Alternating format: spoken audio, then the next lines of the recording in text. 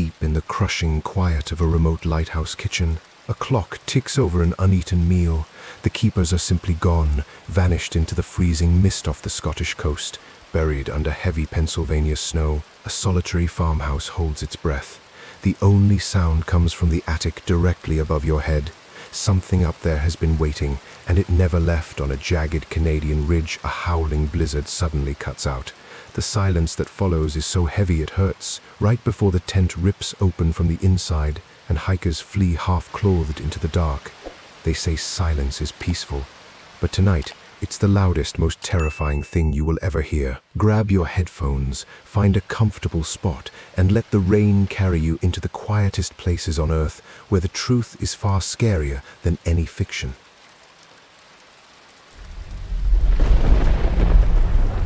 The relief boat broke through a wall of sea mist just before noon.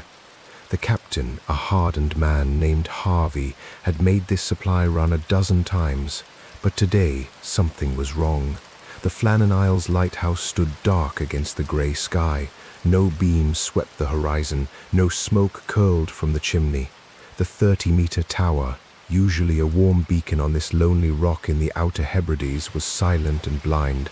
Harvey cut the engine and let the boat drift. The only sound was the lazy slap of water against the hull and the distant cry of gulls circling the cliff. The 7 islands of the Flannan group were uninhabited except for this lighthouse. The nearest village lay 20 miles across the freezing North Atlantic. No one came here by accident. No one came here at all. A younger crewman named Callum grabbed the mooring line. He jumped onto the slick rock of the landing stage, boots slipping on black seaweed. The wind had died to a whisper, which was stranger still. This place was rarely calm, but today the heavy mist swallowed every sound like a damp blanket. Even the gulls had stopped screeching. Callum shivered, not from the cold. He climbed the steep stone steps leading to the compound. No keeper stood at the gate to greet them. That was unheard of. Protocol demanded one man always watch the sea. James Ducar, the principal keeper, was a man of strict routine. He never missed a shift. Never. Callum called out, but the mist ate his voice. The gate was unlatched. Callum pushed through into the tiny yard. The lighthouse door was closed. He pressed his hand against the iron handle, locked from the inside. A chill crawled up his spine. He circled to the kitchen window, cupped his hands against the glass, and peered inside. The table was set for a meal. A half-eaten plate of mutton sat beside a cold cup of tea. A chair lay tipped backward onto the stone floor. The wall clock still ticked, its pendulum swinging in the absolute quiet, but the room held no people. Just the ghost of a dinner interrupted, the air thick and heavy with something Callum could not name. He ran back to the boat, breathless. Harvey listened with a deepening frown, then ordered the crew to break down the door. They found no one, not in the lamp room where the wick was trimmed and ready, not in the cramped sleeping quarters where beds lay neatly made. The logbook was open on the desk, entries recorded up to the morning of December 15th. The final sentence, written in Duquesne's steady hand, mentioned nothing unusual. Calm seas, light operational. God bless, the men searched every inch of the tiny island, the cliffs, the rock pools, the narrow crevice where waves thundered below. Nothing. 3 grown men had vanished from a locked lighthouse on a barren rock in the middle of the ocean. No footprints, no signs of struggle, just the silent lighthouse, the ticking clock, and a meal left uneaten. Now I want you to sink deeper into that silence with me. Let the rain outside your window carry you back to that December morning. Imagine the mist, the weight of the air, the complete isolation. Breathe slowly and listen. The life of a lighthouse keeper in 1900 was a life of order. Every hour demanded a task, winding the clockwork mechanism that turned the massive Fresnel lens, trimming the lamp wick, polishing the brass until it gleamed, recording weather, barometric pressure, the direction of the wind. The routine was designed to keep a man's mind steady against the crushing loneliness of the sea. James Ducar understood this deeply. He had served the Northern Lighthouse Board for over 20 years. A stoic man with kind eyes and a graying beard, he found comfort in the rhythm of the light. He knew the sea's every mood, the way the Atlantic could shift from a gentle swell to a roaring monster in the space of an hour. He knew the sound of waves crashing into the western landing, a rhythmic boom that became part of his heartbeat. But most of all, he knew the silence, the particular silence that settles over a remote island when the wind dies and the mist rolls in. That December, Dukas was joined by 2 assistants.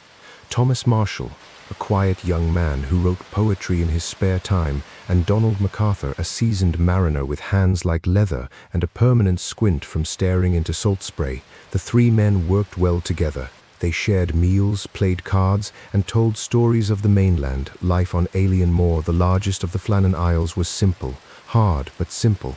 The first sign of something strange came a few days before the disappearance. A passing ship's captain noted in his log that the Flannan light was not visible during a storm. This was unusual, but not alarming. Storms could obscure light. Perhaps the mist was too thick. He sailed on, not knowing that no storm raged that night. Back on the island, the keepers had noticed a shift in the atmosphere. The animals sensed it first. The seabirds that nested on the cliffs grew quiet and restless. The puffins and gulls would lift in sudden panicked clouds, circling the rock without landing. MacArthur mentioned it to Dukas one evening as they sat in the kitchen, listening to the wind howl. Dukas dismissed it. Birds were strange creatures. But Marshall, who had a sensitive soul, felt something else. A pressure in the air before a storm. A feeling of being watched from the dark expanse of the ocean.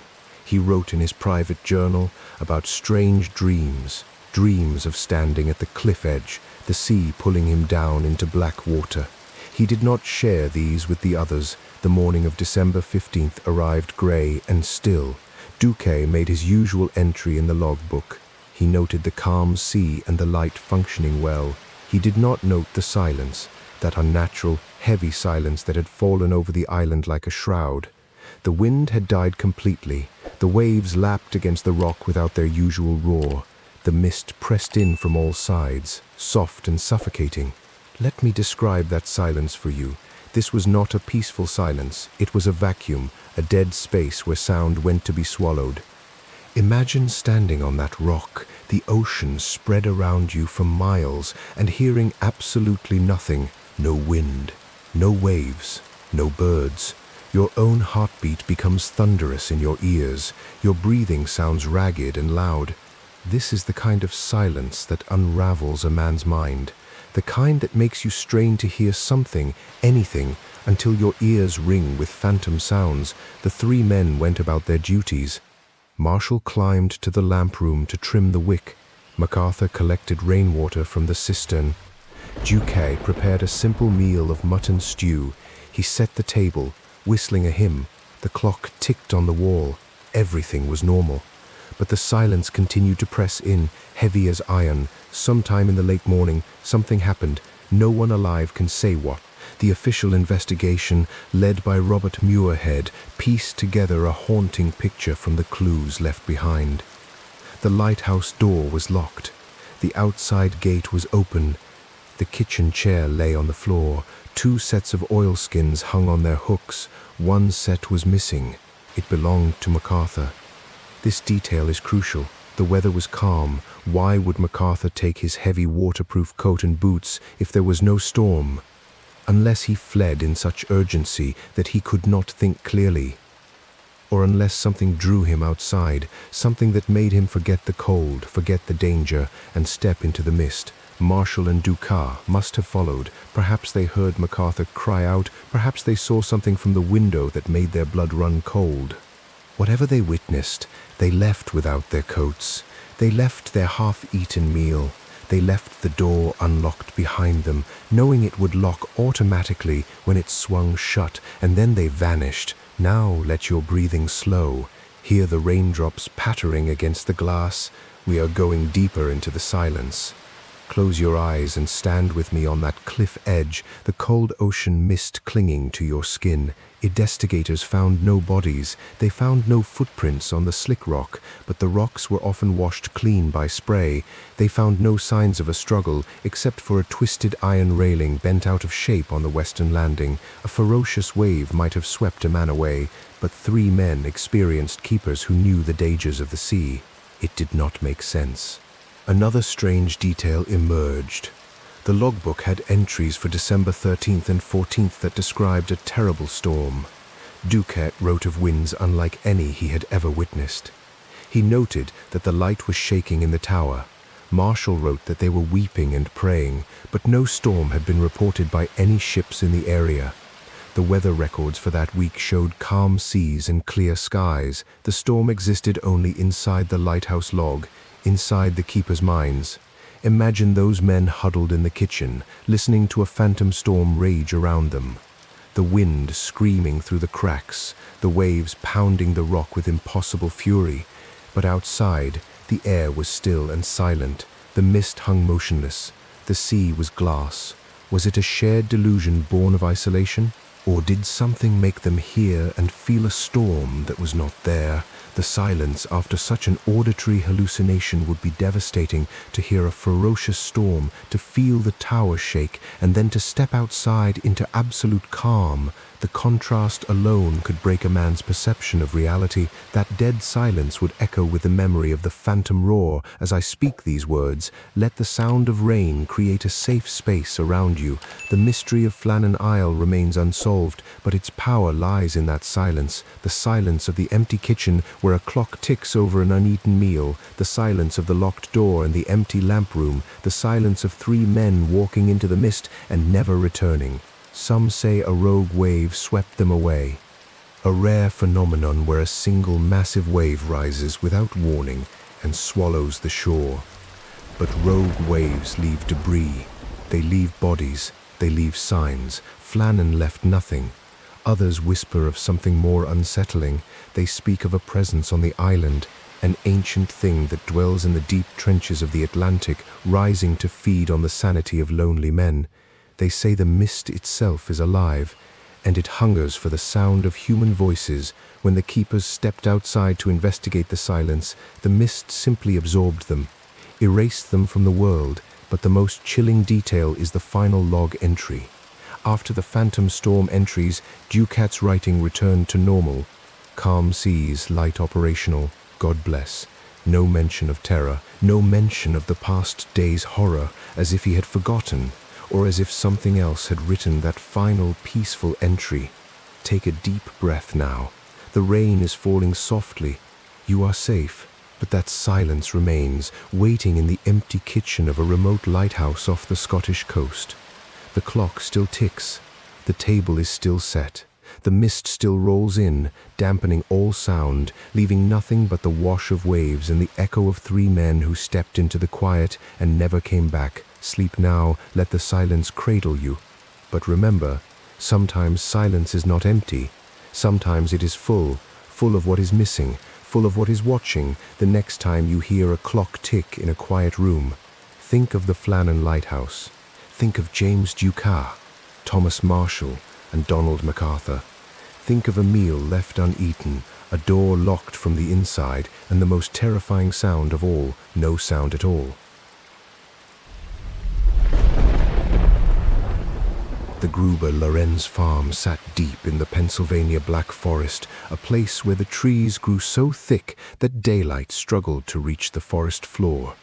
The nearest town was Hinterland, a tiny settlement of maybe 80 souls, nestled in a valley that saw more snow than sun. The farmhouse itself was built from massive old-growth timbers, 2 stories of creaking wood and settling foundations. In winter, the snow piled high against the walls, swallowing every sound the world tried to make. It was the kind of quiet that made your ears strain and your heart beat louder. Gruber-Lorenz was a stern, hard-working man who had inherited the farm from his father. He lived there with his wife, his daughter, his 2 young grandchildren, and the new maid who had just started that week. The maid's name was Marta. She arrived on a Thursday, clutching a small bag, nervous about the isolation. The Lorenz family assured her she would get used to the quiet. No one knew that quiet would soon become a living thing, pressing down on the house like a heavy blanket of dread. Now let the rain outside your window pull you into that forest. Imagine the deep snow, the silent trees, and the farmhouse standing alone. Feel the cold creeping through the walls as you listen. The trouble began with small things, a tool missing from the barn, boot prints in the fresh snow that no one claimed to have made. The grandchildren, a boy and a girl, whispered to Marta about a man in the attic. Their mother laughed it off. "Children have wild imaginations," she said. The snow makes everything seem spooky. But Gruber noticed something one evening while tending to the animals. Footprints, fresh footprints in the snow, leading from the edge of the forest straight to the farmhouse door. He followed them with his eyes, frowning. They were large, the size of a grown man's boots. He checked the barn, no one there. He walked the perimeter of the house. The footprints ended at the door, but there were no footprints leading away, none at all. It was as if the man had walked right through the front door and then vanished into thin air.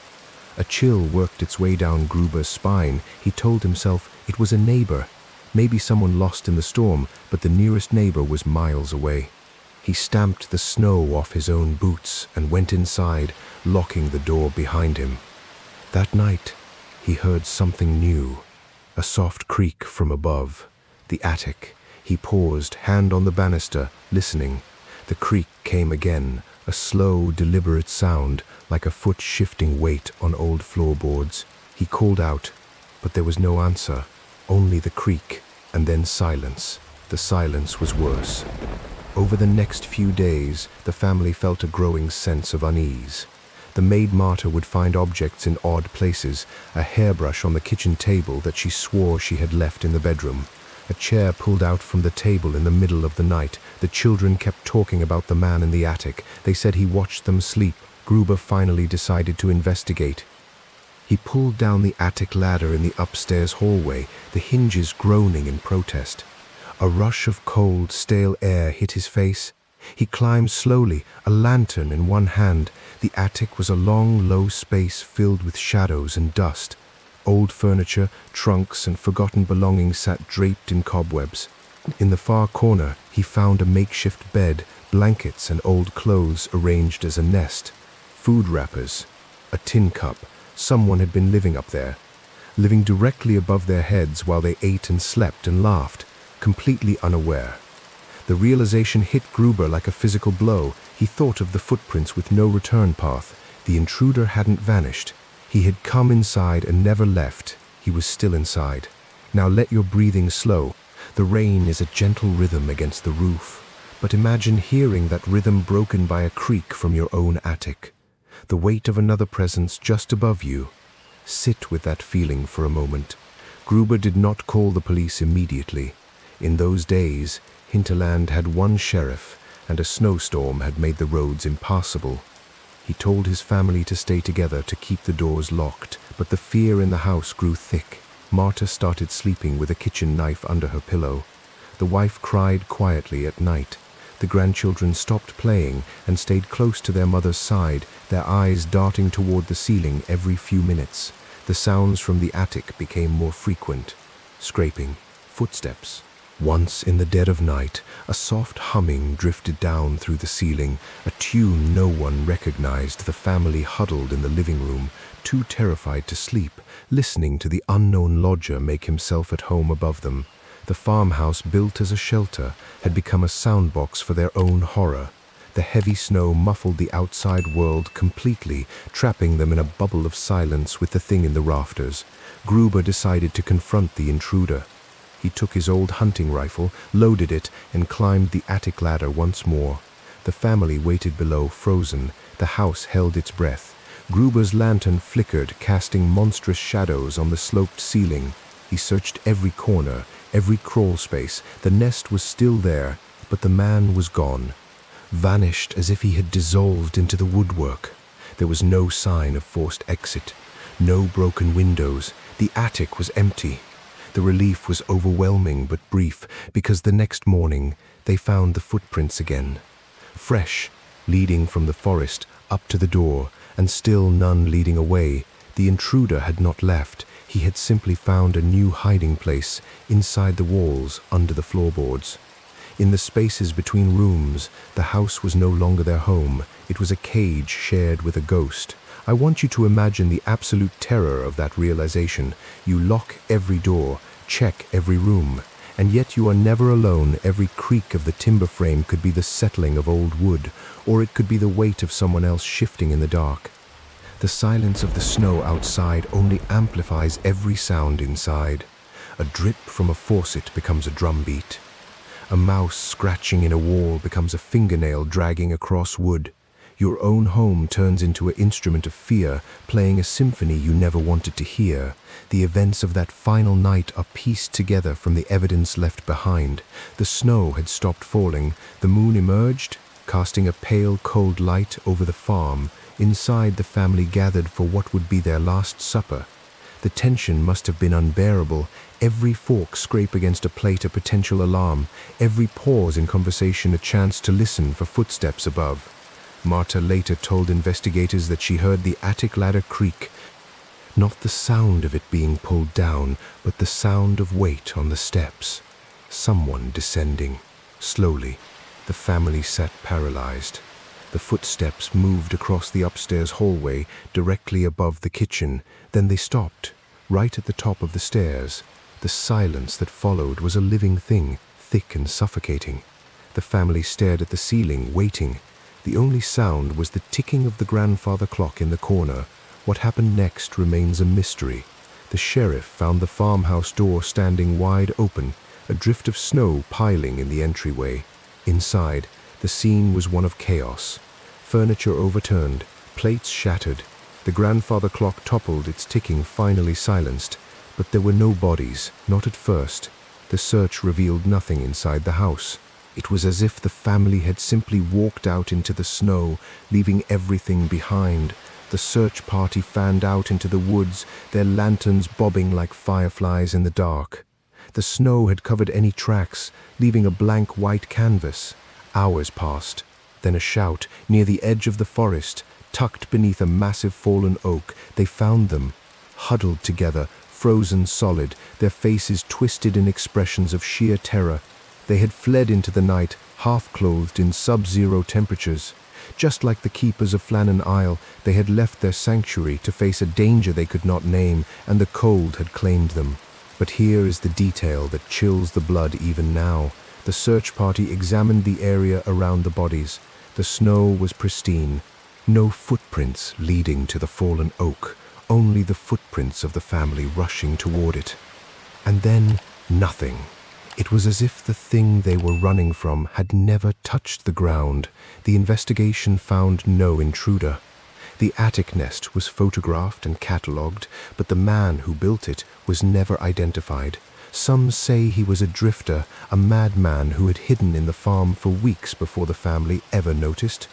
Others whisper of something older, something that lurks in the deep forests of Pennsylvania, drawn to isolated homes and the sound of human voices.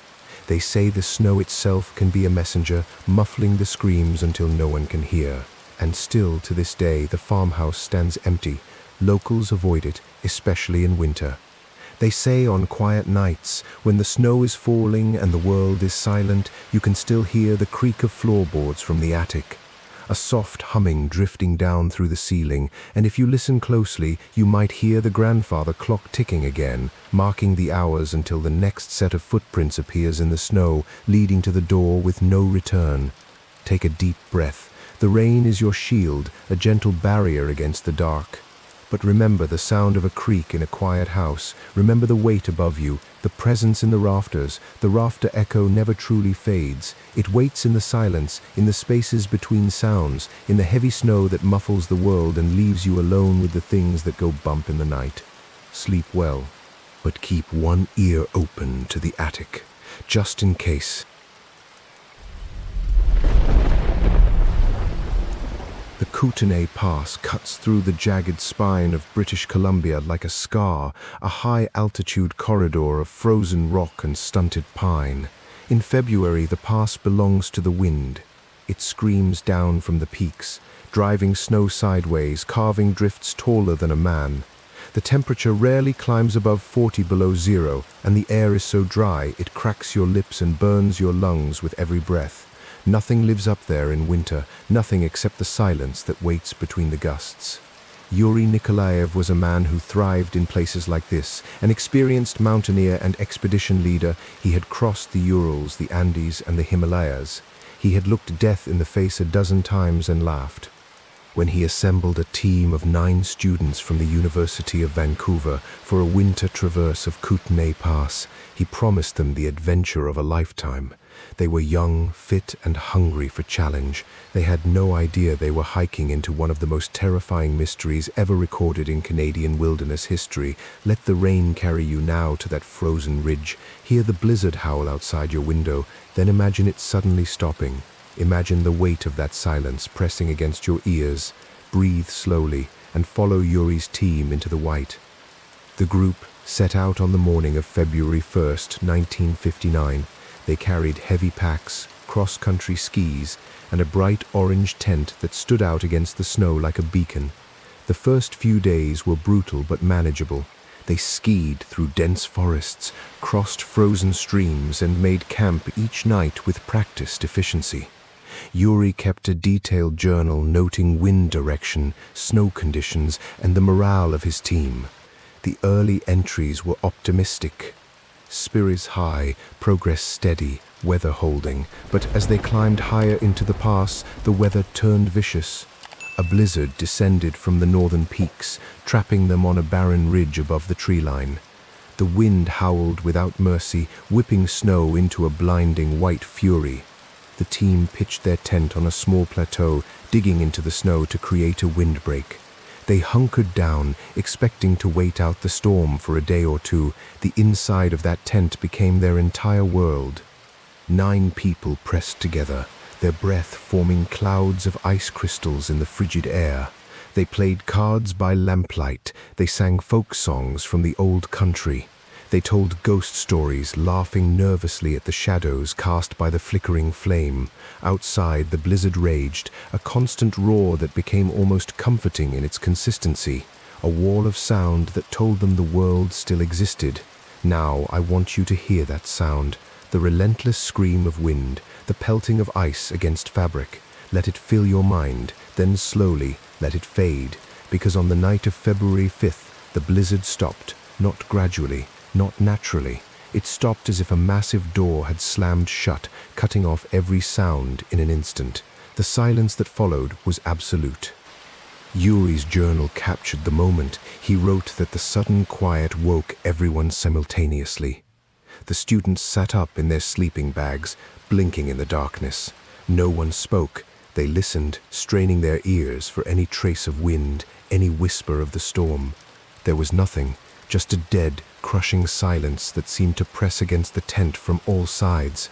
The air felt heavy, dense, as if something immense was hanging just beyond the thin layer of nylon. This was not a peaceful silence. It was the kind of silence that hurts, the kind that makes your heart race and your skin crawl.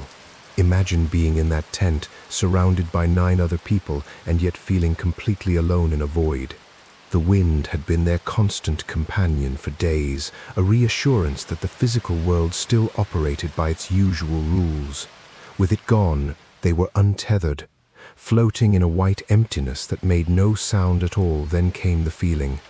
Several of the students later described it in fragmented, terrified accounts, a sensation of being watched, a pressure as if something enormous was standing just outside the tent, blocking out the stars. One girl, Anya, said she could hear breathing, slow, deep, rhythmic breathing that did not belong to anyone inside. The others told her to be quiet, but they felt it too, a presence, a weight in the air that had no name. Now, let your own breathing slow. Imagine the cold, the darkness, the silence, and the growing certainty that something was standing in the snow, inches from where you lay. Something that had walked out of the blizzard, or perhaps caused it to stop with its very arrival. Yuri made the decision to investigate. He was the leader. It was his responsibility. He unzipped his sleeping bag, the sound impossibly loud in the dead air. He crawled to the tent entrance, his frozen fingers fumbling with the ties. The other students watched, their eyes wide and white in the dim light. No one tried to stop him, no one could speak. The tent flap opened, a blast of cold air rushed in, taking their breath away. Yuri peered outside, his lantern held high. The storm had cleared completely. The sky was a black velvet dome studded with diamond stars.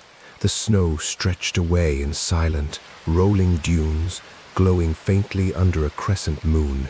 It was beautiful, and it was empty. Nothing stood outside the tent. No tracks disturbed the fresh powder. No sound broke the silence. Yuri turned back to his team.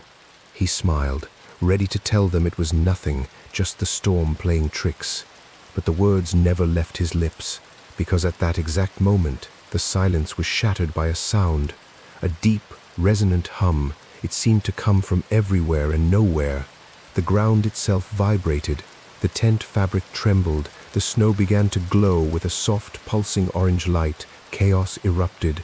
The students screamed. Someone shouted that the mountain was collapsing. Another cried that it was an earthquake. But Yuri knew in his bones that this was no natural phenomenon. The light was too strange, too deliberate. It pulsed like a heartbeat, and with each pulse, the hum grew louder, vibrating in their chests, in their teeth, in the very marrow of their bones. What happened next is the central mystery of the Dead Ridge incident. The tent was torn open from the inside, not cut with a knife, but ripped with bare hands. 9 slashes in the fabric, made by 9 people desperate to escape. They fled into the night, half-clothed, barefoot, leaving behind their boots, their coats, their gloves. They ran into 40 below zero temperatures, into the silent, glowing snow, as if the tent itself had become more terrifying than the frozen death waiting outside. Imagine that panic, the primal, overwhelming urge to flee. It must have been stronger than the cold, stronger than reason, stronger than the basic instinct for self-preservation. Something inside that tent made the terror of the open blizzard seem like safety. Something made them tear through the walls of their only shelter and run into the dark. Now, let the rain outside ground you. You are safe. But for a moment, feel what they felt, the crushing silence, the pulsing light, the hum that vibrated through your bones, and the absolute certainty that if you stayed inside for one more second, something unimaginable would happen. The students scattered across the ridge. Some ran toward the forest, a mile away down the slope. Others stumbled into the open snow, blinded by panic. The temperature was 40 below. Without proper clothing, death came quickly. Hypothermia set in within minutes, confusing the mind, making the body feel warm, even as it froze solid. One by one, they collapsed. Some were found in positions of desperate crawling. Others sat against rocks as if resting. A few had removed their remaining clothes in a final paradoxical flush of heat before the cold took them. Yuri was found 100 yards from the tent. His face was frozen in an expression not of pain, but of awe. His eyes were wide open, staring at the sky. His journal was clutched to his chest, the final pages torn out and missing. The official report listed the cause of death as hypothermia, brought on by exposure. But the report could not explain the tent. It could not explain the missing pages. It could not explain why 9 experienced hikers, led by a seasoned mountaineer, would cut their way out of a perfectly secure shelter and run into a frozen wilderness half-naked. The investigation uncovered unsettling details. Some of the bodies showed signs of internal trauma, cracked ribs, skull fractures, injuries consistent with a massive compression force, as if they had been squeezed by something invisible, but there were no external wounds, no bruises. The coroner was baffled. He wrote that the force required to cause such injuries would have been comparable to a car crash, but there were no cars on the ridge, no avalanches, no signs of a struggle. The orange glow was reported by other parties in the region that night. A trapper 50 miles away saw strange lights dancing over the peaks. A weather station recorded a seismic disturbance, a low-frequency vibration that lasted for 11 minutes. And then nothing. The silence returned. The blizzard swept back in, covering any remaining tracks. The mountain reclaimed its solitude. Now, close your eyes, hear the rain. The dead ridge remains a place of dark legend. Hikers still traverse Kootenay Pass, but few camp on that particular plateau. Those who do speak of strange dreams, a humming that vibrates through their sleeping bags. A sudden, crushing silence that falls in the middle of the night, waking them with a jolt. They tell stories of seeing a faint orange glow on the horizon, pulsing like a heartbeat, right before the cold creeps in and the fear becomes unbearable. The mystery was never solved. Some investigators blamed infrasound, a natural phenomenon where wind patterns create low-frequency vibrations that induce panic and hallucinations. Others pointed to secret military tests, experimental aircraft that emitted strange lights and sounds. But the locals, the old trappers and indigenous elders, they know the truth. They say the mountain is alive. They say there are things that live in the silence between storms. Ancient presences that do not like being disturbed. They say the hikers woke something up that night and it followed them into the dark. Take a deep breath. Let the tension melt from your shoulders. The story of Yuri Nikolaev and his team is a reminder that silence is not always empty. Sometimes it is a warning. Sometimes it is a presence itself. The next time a storm suddenly stops outside your window and the world falls into an unnatural quiet, listen closely. Feel the weight in the air. And remember the dead ridge. Remember the torn tent, the glowing snow, and 9 souls who fled into the frozen night, chasing the echo of a silence that was never really silent at all. Sleep now. The rain is your lullaby, a gentle barrier between you and the quiet places. But if you wake in the night and the rain has stopped, and the silence presses in like a heavy hand, do not be afraid. Just breathe, and know that you are safe, here in the world of sound. The silence can wait. The rain is fading now, but the silence will stay with you. 3 stories from the quietest corners of the world. The vanishing light of Flannan Isle, the creaking rafters of the Pennsylvania farmhouse, and the frozen whispers of Dead Ridge. If these tales helped you drift into a deep, restful sleep, show your support with a gentle tap of the like button. Subscribe to Mr. Whisper Official and ring the bell so you never miss a new ASMR story time for sleep. Tell me in the comments which silence you found most terrifying, or share where you are listening from tonight. Let the sound of rain be your lullaby until the next time we meet. Sleep deeply, dream softly, and remember, when the world goes completely quiet, listen closely. Now close your eyes, breathe slow, and let the rain carry you away. Good night.